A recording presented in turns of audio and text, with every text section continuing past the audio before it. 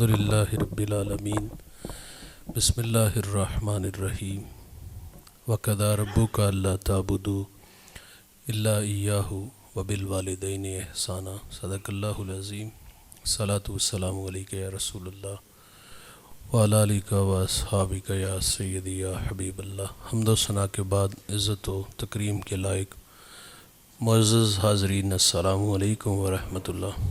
میں اور آپ جس مقصد کے لیے یہاں جمع ہوئے، عزیزم کی والدہ دار فانی سے کوچ کر گئیں، دعا گو ہوں اللہ تعالیٰ ان کی کامل مغفرت فرمائے، جنت میں گھر عطا فرمائے، بیٹوں کو اللہ صبر اور اس پر اتنا ہی بڑا اجر عطا فرمائے۔ ارشاد باری تعالیٰ ہے، تیرے رب نے فیصلہ فرما دیا اللہ کے علاوہ کسی کی عبادت نہ کرو، وبالوالدین احسانا، اور والدین کے ساتھ حسن سلوک سے پیش آؤ۔ اپنی عبادت کے متصل بعد ہم سے اس بات کا تقاضا کیا گیا کہ تم والدین کے ساتھ حسن سلوک سے پیش آؤ۔ نبی رحمت صلی اللہ علیہ وسلم فرماتے ہیں، رضا اللہ فی رضا الوالدین وسخط اللہ فی سخط الوالدین۔ فرمایا اللہ کی رضا والدین کی رضا میں ہے اور اللہ کی ناراضگی والدین کی ناراضگی میں ہے۔ جس نے ماں باپ کو راضی رکھا اس نے اللہ کو راضی کیا، اور جس نے ماں باپ کو ناراض کیا اس نے اپنے اللہ کو ناراض کیا۔ نشان لگائیے گا بھائی اس بیٹے پہ جو فرما بردار ہے، اور اس بیٹے پہ بھی نشان لگانا نہ بھولیے گا جو نافرمان ہے۔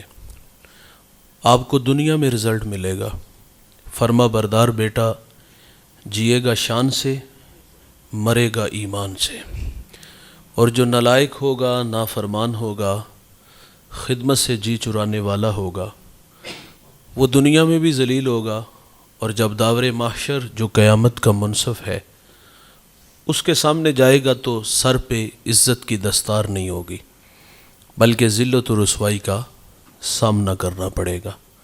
سیدھی سی بات ہے، اگر عزت سے جینا ہے تو ان بوڑھوں کی عزت کرو، اور اگر یہ ہم سے روٹھ کے چلے گئے تو عرش کا رحمان ہم سے ناراض ہو جائے گا۔ زندگی سے راستہ مانگیں گے، زندگی ہمیں راستہ نہیں دے گی۔ بہت بڑی دولت ہے، اس دولت کی قدر زندگی میں کرو۔ جنہوں نے اس دولت کی قدر کی ان کی قدریں آج بھی بحال ہیں۔ حضرت موسیٰ علیہ السلام نے ایک دن اللہ سے عرض کیا کہ یا اللہ جنت میں میرا ہمسایہ کون ہوگا؟ تو فرمایا فلاں کسائی۔ آپ اس کا عمل ڈھونڈنے کے لیے اس کی دکان پہ آئے اور اپنے بارے میں خبر نہیں دی کہ میں اللہ کا نبی موسیٰ علیہ السلام ہوں۔ اس کے مہمان بنے اور مہمان بن کے اس کے گھر تک آئے۔ اچھا، جب یہ گھر داخل ہوئے تو ایسا نہیں ہوا کہ وہ نظریں چرا کے پیچھے حجرے میں چلا گیا ہو، جس طرح ہمارے رویے ہیں، ہم بوتل برگر چھپا کے لے جاتے ہیں۔ میں یہ نہیں کہہ رہا بھائی کہ آپ بیوی کی خدمت نہ کرو، ضرور کرو، وہ ہماری خاطر ہی تو ماں باپ، بہن بھائی، سہیلیاں چھوڑ کے آتی ہے، اس کی خدمت ہمارے کندھوں پہ ہے۔ لیکن میرا کہنا ہے بھائی، جنہوں نے پالا پوسا، جوان کیا اور ہمیں یہاں تک لا کے کھڑا کیا، انتہائی معذرت سے تھوڑا سا یہ تلخ جملہ قبول کیجئے گا، ان سے 100 روپیہ چھپا کے لے جاتے ہوئے کیا ہمیں شرم نہیں آتی؟ اس کی حیثیت ہی کیا ہے؟ خیر، موسیٰ علیہ السلام فرماتے ہیں میں ساتھ تھا اور گھر داخل ہوئے تو میں وہ عمل تلاش میں تھا کہ وہ کون سا عمل ہے جس نے اس کو جنت میں میری ہمسائیگی دی ہے۔ تو فرماتے میں نے دیکھا اس نے سب سے پہلا کام یہ کیا، لکڑیاں جمع کی، آگ جلائی، اس پہ ہنڈیا رکھی اور اپنے ہاتھوں سے کھانا بنایا۔ جب کھانا تیار ہو گیا تو ایک چارپائی پہ نحیف سی بڑیا تھی، اس کو اٹھایا اور نوالے توڑ توڑ کے اس کے منہ میں رکھے۔ عاشقوں کی طرح خدمت کر رہا ہے۔ جب اس بوڑھی ماں نے کھانا کھا لیا تو وہ بڑبڑانے لگی، کچھ کہنے لگی۔ موسیٰ علیہ السلام فرماتے یہ کون ہے؟ تو اس نے کہا یہ میرے ماں جی ہیں۔ تو آپ فرماتے یار یہ کچھ کہہ رہی ہیں؟ تو وہ زیر لب مسکرا دیا۔ اس نے کہا کہ ماں کہتی ہے کہ اللہ جنت میں تمہیں موسیٰ علیہ السلام کا پڑوس عطا فرمائے۔ بڑے تعجب سے کہتا ہے بھائی جان آپ ہی مجھے بتاؤ کہاں؟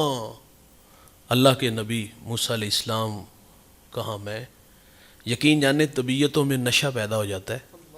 جب اس نے کہا نا کہ کہاں میں اور کہاں اللہ کے نبی موسیٰ علیہ السلام، تو موسیٰ علیہ السلام فرماتے میں تیرے سامنے کھڑا ہوں، میں تیرے سامنے کھڑا ہوں۔ یہ خدمت کتنی بڑی دولت ہے جو نبی سے ملا دیتی ہے۔ ان کی رضا میں اللہ کی رضا ہے، اور ان کی قدر ان کی زندگی میں ہی کرنی چاہیے۔ مرنے کے بعد ہم لوگ لکیر پیٹنے والے ہیں۔ معذرت سے کہوں گا، جب تک والدین تھے خیال ہی نہ آیا، چلے گئے تو پھر جو حالات ہیں ہمارے ہاں آتے ہیں۔ ختم کے موقع پر ہم آدھی مسجد بھر دیتے ہیں اور باقاعدہ تاکید کرتے ہیں کہ مہنگے سے مہنگا پھل آنا چاہیے۔ بھائی تھوڑا سا ہم بھی دماغ پہ زور دیں۔ تو ہمیں ڈاکٹر نے تاکید کی تھی 2 ماہ پہلے، نکاہت ہے، کمزور ہو گئے ہیں، انہیں اچھی غذا کی ضرورت ہے، تو ان کی دیکھ بھال اچھی کرنا۔ وہاں تو شاپر چھپا کے لے جاتے تھے، آج مرنے کے بعد آدھی مسجد بھر دی۔ زندگی میں کھلایا ہوتا بھائی۔ ہم قبرستان جاتے، جوتے اتار کے جاتے ہیں، الٹے قدم آتے ہیں۔ یہ ادب کاش کہ ہم نے زندگی میں کیا ہوتا یار، تو عرش کا رحمان ہم سے راضی ہو جاتا۔ انہیں راضی رکھو گے تو اللہ راضی ہے۔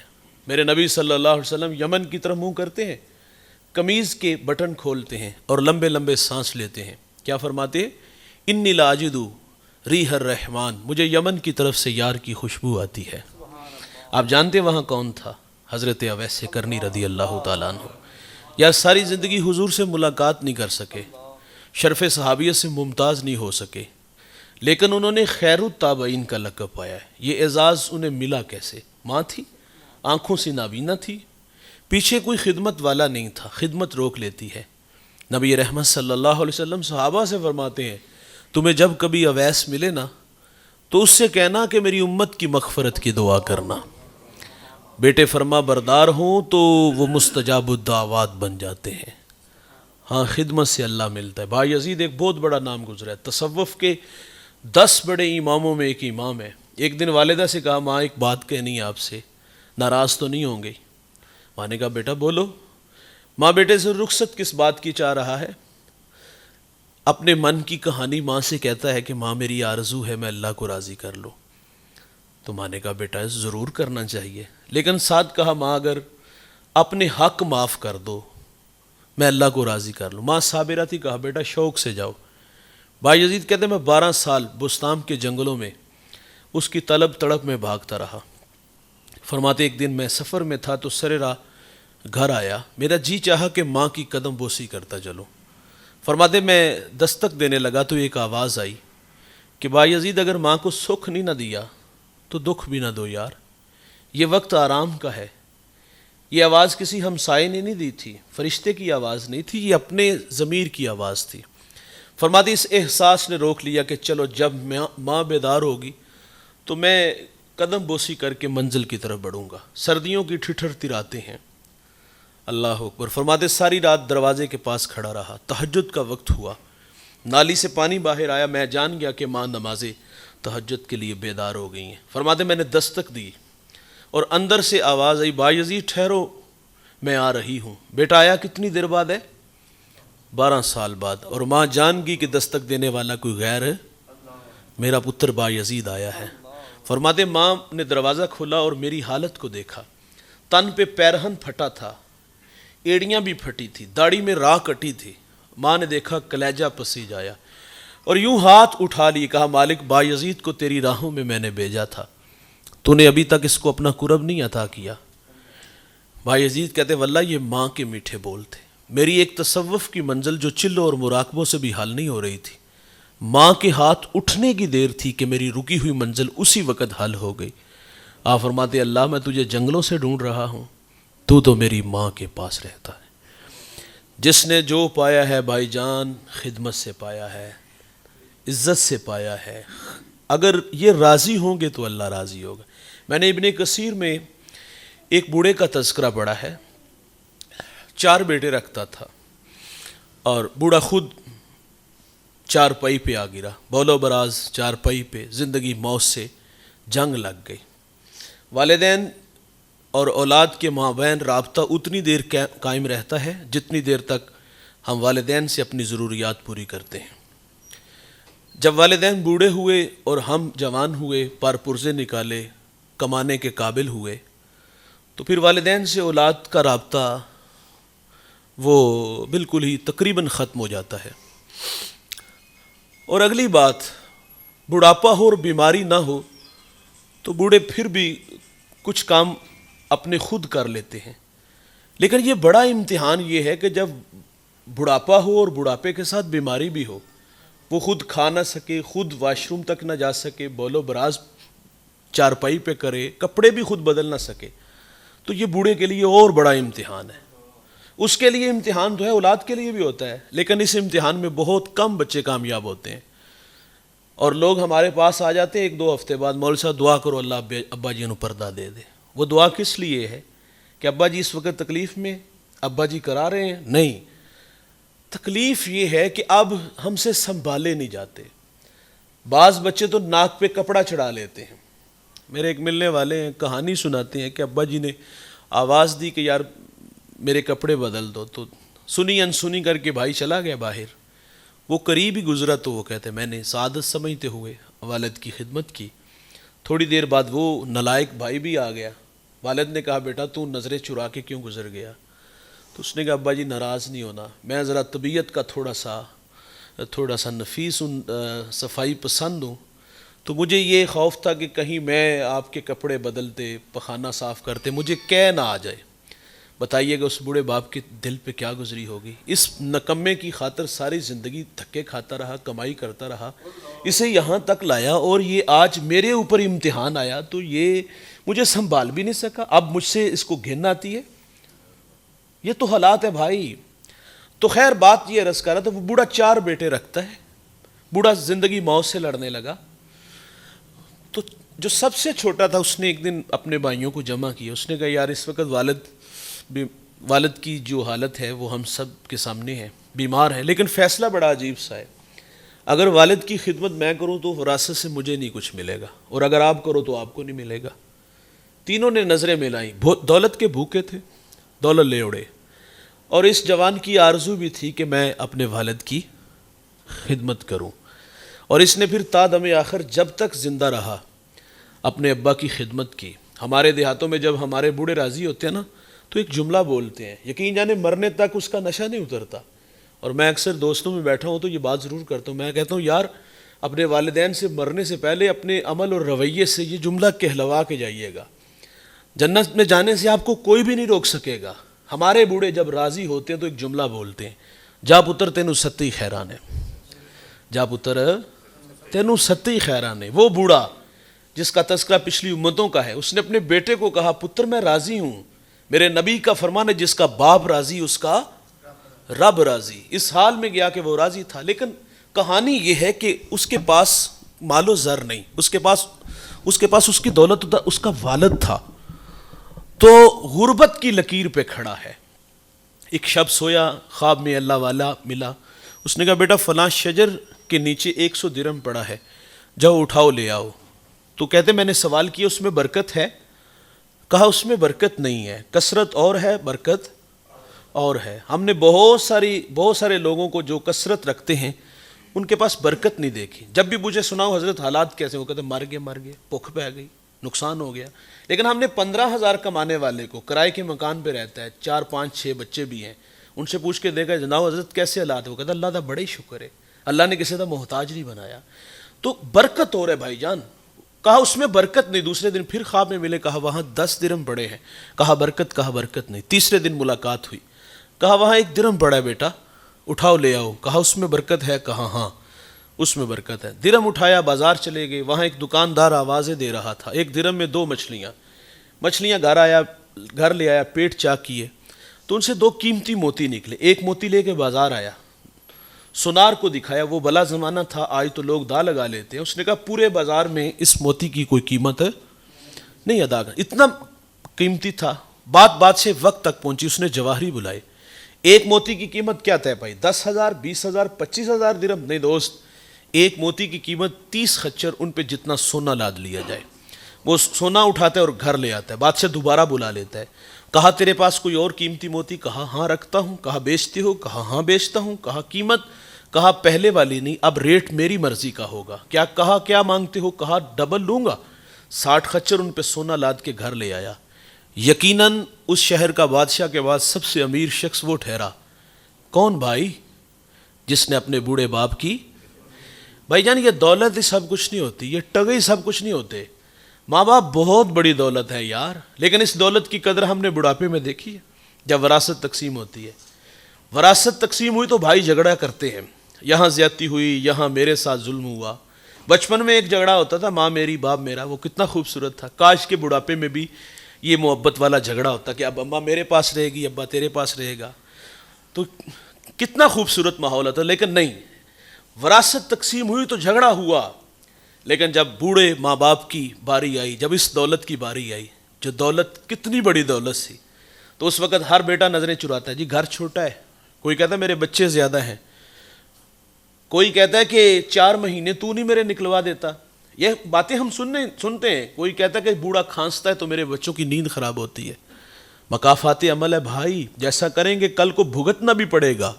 اس دولت کی قدر کرو بھائی، دنیا میں کرو. اگر زندگی میں قدر کرو گے زمانہ قدر کی نگاہ سے دیکھے گا، اور عرش کا رحمان قیامت کے دن ہمارے سروں پر عزت کی دستار سجائے گا. اور اگر یہ ہم سے ناراض چلے گے تو اللہ ناراض ہو جائے گا. حدیث کے لفظ ہیں، میرے نبی فرماتے الا انبئکم باکبر الکبائر، صحابہ میں تمہیں بڑے بڑے گناہوں کی خبر نہ دوں؟ عرض کیا کہ ارشاد فرمائیے. فرمایا الاشراک باللہ، اللہ کے ساتھ کسی کو شریک ٹھہرانا، وعقوق الوالدین، والدین کی نافرمانی کرنا، وقول الزور، جھوٹی گواہی دینا. بڑے گناہوں میں بھائی جان ایک گناہ ماں باپ کی نافرمانی ہے. میرے نبی کا فرمان ہے جب میری امت میں 15 بری خصلتیں آ جائیں گی، ریحن حمراؤ، فرمایا امت انتظار کرے سرخ آندھیوں کا، وزلزلات، زلزلوں کا. فرمایا انہیں زمین میں دنسا دیا جائے گا اور آسمان سے بھی تابڑ توڑ حملے ہوں گے. وہ 15 بری خصلتیں کون کون سی ہیں؟ عزت تخذ الفیء دوالا، فرمایا جب حکمران طبقہ سرکاری خزانے کو دونوں ہاتھوں سے لوٹنا شروع کر دے گا. والامانۃ مغنما، جس کے پاس امانت رکھی جائے گی وہ ذاتی مال سمجھ کے ہڑپ کر جائے گا. والزکوٰۃ مغرما، مالدار لوگ زکوٰۃ دینا چھوڑ دیں گے. وتعلم لغیر الدین، علماء دین دنیا کے طلبگار بن جائیں گے. واتی رجل امرأتہ، آدمی بیویوں کے فرما بردار ہوں گے. وَأَكَّ أُمُّهُ، ماؤں کے نافرمان ہو جائیں گے. وَأَدْنَ صَدِيقَهُ، دوست کے ساتھ حسن سلوک سے پیش آئیں گے. یار آئے گا بازو پھیلائیں گے باپ کو دے کے. وَأَقْصَ أَبَاهُ، باپ کو دیکھ کے راستہ بدل لیں گے، باپ کے ساتھ بدسلوکی کریں گے. وَشُرِبَتِ الْخُمُورُ، شرابیں عام ہوں گی. اس امت کا اول آخر پہ لان تان کرے گا. پھر کیا ہوگا بھائی؟ سرخاندیاں. پھر کیا ہوگا؟ زلزلے. پھر کیا ہوگا؟ زمین میں دنسا دیا جائے گا اور آسمان سے بھی تابڑ توڑ حملے ہوں گے. کب؟ جب قوم کا جوان جب والدین کے ساتھ یہ ناروا سلوک کرے گا تو پھر رحمت خداوندی اس قوم کے بیٹوں سے ناراض ہو جائے گی، اور ناراضگی کا اظہار سرخاندیاں، زلزلے، زمین میں دنسا دیا جائے گا. ایک صحابی نے حضور سے عرض کیا حضور قیامت کب آئے گی؟ کوئی نشانی ارشاد فرما دے. حضور فرما دے جب مائیں ذلیل ہو جائیں گی تو قیامت آ جائے گی. یہ گھر گھر کی کہانی ہے. میرے ایک ملنے والے ہیں، ملاقات ہوئی تو آپ دیدہ تھیں، میں نے خیریت پوچھی تو اور زور سے رونے لگے. میں کچھ دیر خاموش رہا، کچھ آنسو تھمے تو میں نے کہا خیریت؟ تو مجھے کہتی آج بیٹے نے منہ پہ تھپڑ مارا ہے. ہاتھ میرا پکڑ کے اپنے سر پہ رکھتی ہیں، یقین جانے قریب تھا کہ پھٹ جاتا. میری دوبارہ پھر 1-2 ہفتے بعد ملاقات ہوئی، میں نے پھر آپ دیدہ دیکھا. میں نہیں پوچھ لیا، اس ظالم نے پھر مارا، نالائق نے پھر مارا. کہا اس نے کچھ نہیں کہا، تیری باتوں نے دکھی کیا. میں نے کہا میں نے آپ کو کیا کہا؟ مجھے کہتی تیری باتیں میں نے یہ سوشل میڈیا سے سنی، بہت سارے لوگ تیرے سامنے بیٹھے تھے. میرا دل ڈوبنے لگا، خوف کھانے لگا. کتنے لوگوں میں سے کسی نے میرے بیٹے کو بد دعا نہ دی ہو. میں نے کہا ظالم تو تھپڑ مارتا ہے اور وہ تیری زندگی کی بھیک مانگتی ہے. فرمایا جب مائیں ذلیل ہو جائیں گی تو قیامت آ جائے گی. جنوبی پنجاب سے ایک صاحب نے مجھے کال کی، کہتے مولانا کہانی سنیے گا اور مجھے مشورہ دیجیے گا. جوانی میں کہتا ہے ماں بیوہ ہو گئی، کہتا ہے اکیلا ہوں، کوئی بہن بھائی نہیں. اس بات کا احساس ہے ماں نے بڑی محنت سے مجھے پالا پوسا، جوان کیا، اور اب میں شادی شدہ ہوں لیکن آزمائش میں ہوں، دوراہے پہ ہوں، کوئی راستہ دیجیے گا. کہانی یہاں ختم نہیں ہوئی. وہ کہتا ہے گھر میں اب نوس ساس کا جھگڑا رہتا ہے، جو میں دیکھتا ہوں ماں کا قصور ہے، گھر والی کا نہیں. تو اب جاؤں تو میں کہاں جاؤں؟ مجھے کوئی راستہ دکھائیے. میں نے کہا بھائی درگزر کرو، بڑھاپا خود ایک امتحان ہے. ویسے بھی جب بندہ بوڑھا ہو جائے تو مزاج تھوڑا سا چڑچڑا ہو جاتا ہے. میں نے کہا درگزر کرو.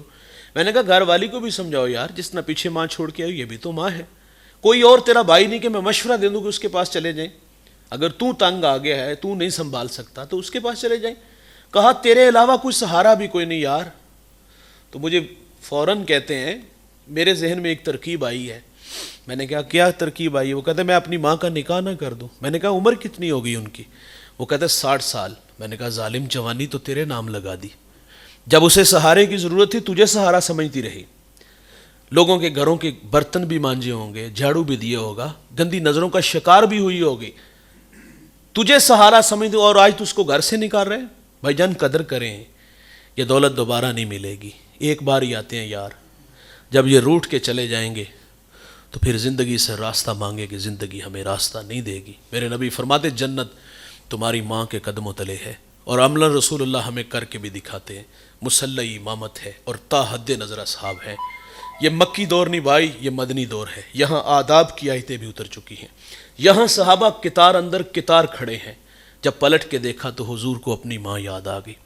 جس نے دکھوں کا دور دیکھا ہو نا دوست، خوشحالی آئے تو انسان آرزو ضرور کرتا ہے کہ کاش کہ میرے ماں باپ زندہ ہوتے، تو آج سر پر عزت کی دستار بھی دیکھتے۔ میں اور آپ اگر اپنا اپنا ماضی کھنگال کے دیکھیں، پیچھے پلٹ کے دیکھیں تو ہمارا جو ماضی ہے تقریباً ملتا جلتا ہوگا۔ کچھ لوگ ہوں گے جنہوں نے بچپن میں خوشحالی دیکھی اور پھر آگے چلتے ہی گئے، لیکن ہماری زندگی پیچھے پلٹ کے دیکھیں تو ہم ایسے ہی لگتا ہے کہ غربت کی لکیر پہ کھڑے تھے۔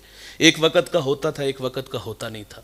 اچار سے روٹی کھا لیتے تھے ہم دیہاتی، ہم تو لسی میں وہ نمک مرچ ڈبو کے بھگو کر کے اس سے روٹی کھا لیتے تھے۔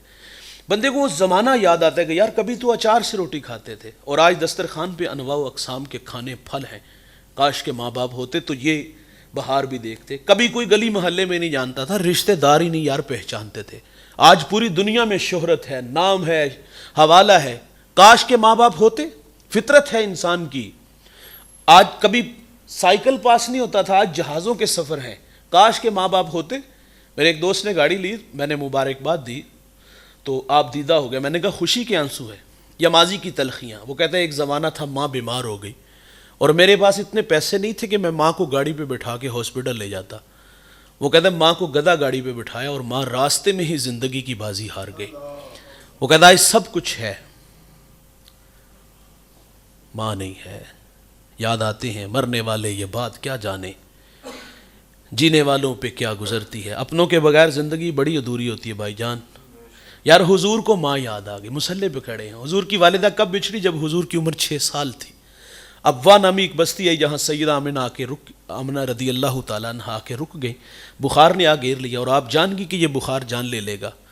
وقت رخصت ام ایمن کو کہا کہ میرے بیٹے محمد کو باحفاظت عبد المطلب تک پہنچا دینا، اور پھر حضور کو پاس بلایا۔ ادھر بچپنے کی معصومیت، پیشانی میں نبوت کا نور ماں بیٹے میں خوب سی جاتی ہے۔ دو ایک باتیں کی اور پھر ہمیشہ کے لیے پہاڑوں میں سو گئی۔ فرماتی بیٹا کل حی میت کل جدید بال کل کبیر یفنا وانا میتۃ وذکر باق وولدت طہرا۔ فرمایا بیٹا ہر نئی چیز نے پرانا ہو جانا ہے، ہر باقی نے فنا ہو جانا ہے۔ فرمایا بیٹا میں بھی جا رہی ہوں لیکن سنو میرا ذکر باقی رہے گا۔ فرمایا اس لیے کہ میں تیرے جیسا پاکیزہ اور ستھرا بیٹا چھوڑ کے جا رہی ہوں۔ سانسوں کی مالا ٹوٹ گئی، موتی فضا میں بکھرے۔ حضور ماں سے لپٹ کے روئے، پھر ننھے ہاتھوں سے کالے پتھروں کی قبر بنائی، آنسوؤں کا چھڑکاؤ کیا۔ جہاں تک ماں نظر آتی رہی میرے نبی پلٹ کے ان کالے پتھروں والی قبر کو دیکھتے ہیں۔ میں سید آمنہ کے مزار پہ حاضر ہوا، سحری کا وقت تھا، میرے ساتھ کچھ علماء تھے، ہم وہاں سے رخصت چاہنے لگے تو میں نے عرض کیا کہ یار آج ہم بھی یہاں سے جس طرح حضور ماں سے رخصت چاہی پلٹ کے دیکھ رہے تھے، آج ہم بھی یہاں سے پلٹ کے دیکھ کے رخصت چاہیں گے۔ یقین مانیے پلٹ کے دیکھا تو حضور کا وہ 6 سال کا بچپن کا زمانہ یاد آیا۔ پھر اتنے آنسو تھے، مقام بدر تک ہماری ہچکیاں اور سسکیاں تھمنے کا نام ہی نہیں لے رہی تھیں۔ حضور نے وہاں ماں کی قبر بنائی، پلٹ کے دیکھا۔ ام ایمن فرماتی میں حضور کو لے کے پہاڑ سے نیچے آئی، جب نیچے آئی تو دیکھا کہ حضور ساتھ نہیں تھے۔ فرماتی میں دوبارہ پھر پہاڑ پہ چڑھی، میری آنکھیں کیا دیکھتی ہیں کہ حضور ماں کے سرانے کھڑے ہیں اور وہاں کھڑے ہو کر کہہ رہے تھے امی جی آپ تو جانتے ہو کہ میرا اس دنیا میں آپ کے سوا کوئی بھی نہیں ہے۔ ام ایمن کی جان نکل گئی، سینے سے لگا لیا۔ میرے نبی فرمایا کرتے تھے ام ایمن میری ماں کے بعد میری ماں لگتی ہے۔ بچھڑی ماں کی یاد آئی، آنکھوں میں آنسو تھے۔ فرمایا کاش ماں ہوتی صحابہ، میں تمہیں نماز عشاء پڑھا رہا ہوتا، سورۃ فاتحہ کی قرات بھی کر چکا ہوتا، ماں جی کو مجھ سے کوئی کام یاد آ جاتا، مسجد نبوی کے دروازے پہ آ کے اتنا کہتی ابنی محمد، میرے بیٹے محمد میری بات سنو۔ میرے نبی فرماتے میں نماز توڑ کے پہلے اپنی ماں کی بات کو سنتا۔ دولت ہے بھائی، دولت کی قدر کرو۔ آخری بات گفتگو سمیٹ لیتا ہوں، مانا کہ آپ بڑے ہو گئے ہو یار، شادی شدہ ہیں ہم، ہمارے کندھوں پہ اب ذمہ داریاں بڑھ گئی ہیں، بچے ہیں، گھر والی ہے، کاروبار ہے۔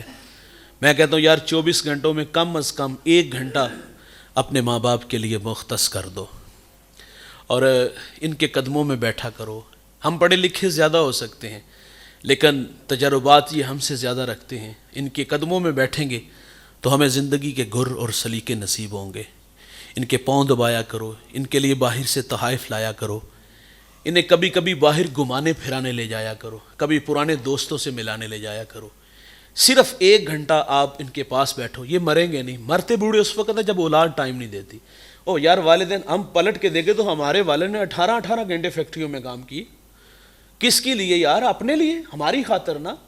آج وہ بوڑھے تھک ہار کے بیٹھ کے، اب آرزو ہے کہ یار اب کچھ وقت بچوں کے ساتھ گزاریں گے۔ یہ بوڑھے ہماری راہیں تکتے رہتے اور ہمیں یہ غلطی لگ جاتی، شاید ہم 1-2 ماہ بعد یا 1 ہفتے بعد ہم 500,000 خدمت کرتے ہیں اس لیے ہماری راہوں میں بیٹھو۔ ہم پیسوں کے نہیں بھوکے ہوتے یار، زندگی میں بڑا کمایا ہوتا ہے، وہ سارا آپ پہ خرچ کیا ہوتا ہے، انہیں آپ کے پیسوں کی واللہ ضرورت نہیں ہوتی، انہیں صرف اولاد چاہیے۔ ان کی آرزو ہوتی کہ ہمارے بچے ہمارے پاس بیٹھیں۔ آئیے میں اور آپ، ہمارے پاس اگر یہ دولت ہے تو اس دولت کی قدر کریں، ان کے قدموں میں بیٹھا کریں، ان سے سیکھنے والے جذبے پیدا کریں۔ اگر طبیعت میں تھوڑا سا چڑچڑا پن آ گیا ہے، تھوڑے سے جذباتی ہیں، تو ہم ماضی کے اوراق پلٹ کے دیکھیں کہ بچپن ہمارا کیسا تھا، ہماری ناز برداریاں، ہماری کوتاہیاں، غلطیاں، کتنی ساری ایسی جو انتہائی ایسے معاملات تھے جن پہ انہوں نے پردہ ڈالا اور ہمیں درگزر کیا۔ بھائی جان، یہ جنت میں لے جانے والے عمل ہیں، ان کے قدموں میں بیٹھیے گا۔ میں دعا گو ہوں اللہ تعالیٰ ماں جی کی کامل مغفرت فرمائے، اللہ تعالیٰ بیٹوں کو صبر اور اس پر اتنا ہی بڑا اجر عطا فرمائے۔